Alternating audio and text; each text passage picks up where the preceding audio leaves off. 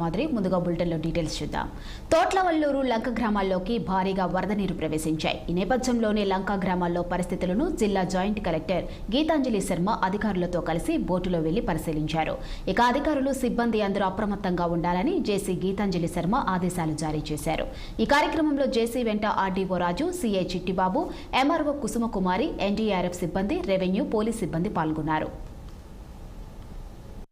2 రోజులుగా కురుస్తున్నట్టు భారీ వర్షాల వల్ల అనేక ప్రాంతాల్లో జలమయమైనవి. ప్రధానంగా తోటవల్లూరు మండలంలో 8 లంక గ్రామాలు ఉన్నాయి. దాదాపు 3000 మంది పైచిలకు జనాభా దీనివల్ల ఎఫెక్ట్ అవుతున్నారు.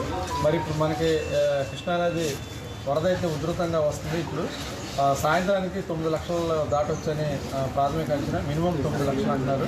మరి ఆ విధంగా వస్తే గతంలో కూడా మనం చరిత్రను పరిశీలిస్తే 9 లక్షలు దాటినప్పుడు అన్ని ఊర్లు ఖాళీ చేసిన సందర్భంలోనే మేము ఇప్పుడు అదేవిధంగా ప్రతి లంక గ్రామాల్లో తిరిగి వాళ్ళందరినీ ప్రజల్ని అలర్ట్ చేసి షిఫ్ట్ చేయడానికి నేను, మా తహసీల్దార్ గారు, అదేవిధంగా సీఏ గారు, ఎస్ఐ గారు అందరం కూడా మేము తిరుగుతున్నాము.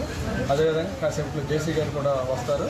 మేమంతా కూడా వీళ్ళందరినీ సమాయత్తం చేస్తాం. అదేవిధంగా స్థానిక మనకి శాసనసభ్యులు కూడా మాతో మాట్లాడడం జరిగింది. ఆయన కూడా మధ్యాహ్నం జాయిన్ అవుతున్నారు. ఆల్రెడీ వేరే తోటవల్లూరు కాకుండా వేరే పామరు, పమ్ముడు ముక్కల ప్రాంతాల్లో, అదేవిధంగా పెదపారపూడి ప్రాంతాల్లో కొద్దిగా ఏరియాలో వాటర్ స్టక్ అవడం వల్ల ఆ ఏరియాలో కూడా ఆయన సార్ట్అవుట్ చేసి ఇక్కడ రావడం జరిగింది.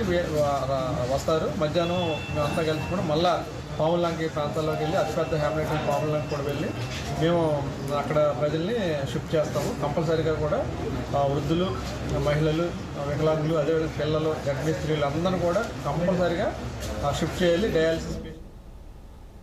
సిద్దిపేట జిల్లా హుస్నాబాద్ నియోజకవర్గ వ్యాప్తంగా